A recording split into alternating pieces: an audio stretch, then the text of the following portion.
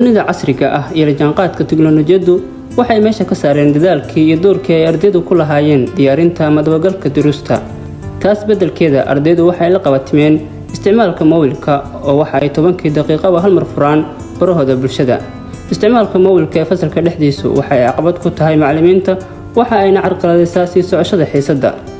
ardayda Soomaaliyeed waxay isla qireen oo ay sheegeen in marnaba ay iska maarmi karin isticmaalka mobilka inta lagu guda jiro xiisadda, balse qof waliba qaabka uu isticmaalo ay u baahan tahay qeexid iyo qiimeyn gaar ah.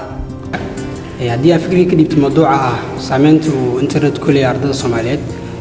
guud ahaan internetka saameyntiisu waxay noqon kartaa mid togan ama mid taban. hadaa ka hor mid togan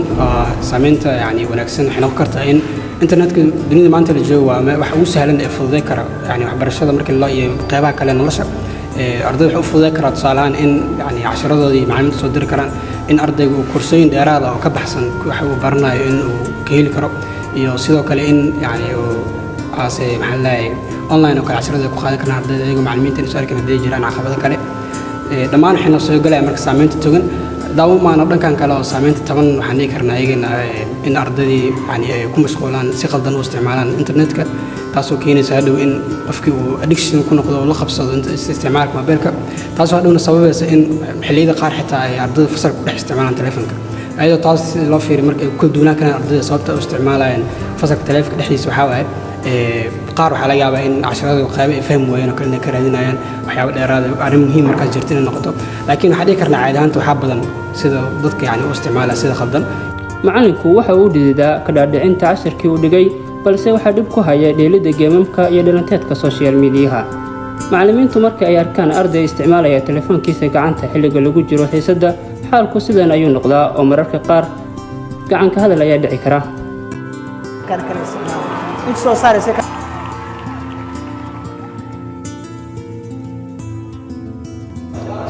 macallin Axmed waxa uu nooga sheekeeyay dhibka uu social media ku hayo macallimiinta iyo ardaydaba,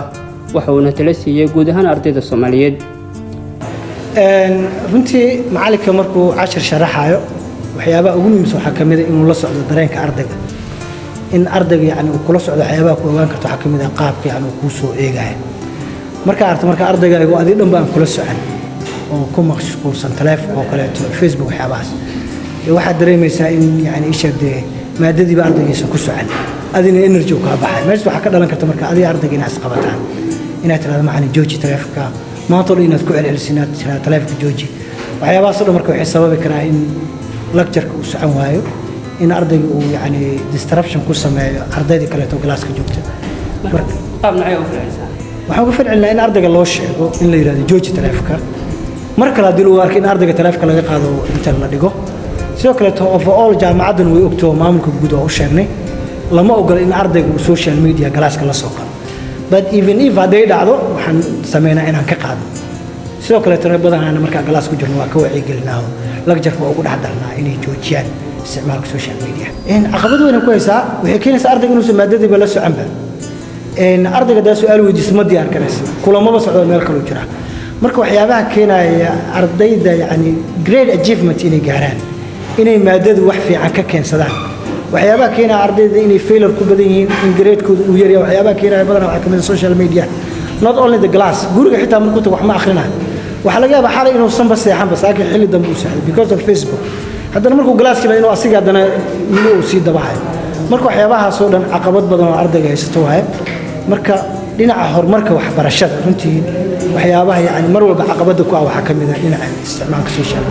media saameyn waa leeyahay faa'iidana waa leeyahay aniga social media faa'iido waxbarashada lama qabo sababtoo documentation waxbarasho ku saabsan oo social media dhexdeeda wax wali ma arkin social media especially waxa uu aqaanaa Facebook-ka, TikTok-ka, Instagram-ka waxyaabahaas hadda ka hadlayso waa wax mar walba lagu faafiyo waxyaabo sheegdo oo waliba misleading ah bulshada dhinac kale oo u wadaayo akhlaaqda ku cayaarayo in Soomaaliya waa ogtaaba dadka badanaa social media isticmaalo dad ku sontan wanaag ma aha marka way yartaa in social media maanta looga faa'iideysto dhinaca aqoonta waxa looga faa'iideystaa dhinaca propagandada dhinaca waqti lumiska dhinaca akhlaaqda in lagu cayaaro marka marnaba waxaan ku talinaynaa macallimiinana hadaan bahda waxbarashadana in la joojiyo social media. ardaydu kuma baraarugsana dhibka uu leeyahay isticmaalka social media marka loo isticmaalo qaab aan wanaagsaneyn waxayna u arkaan madadaalo ay maskaxdeedu jeceshahay oo marnaba aysan ka maarmi karin. Maxamed Cabdiraxmaan Saciid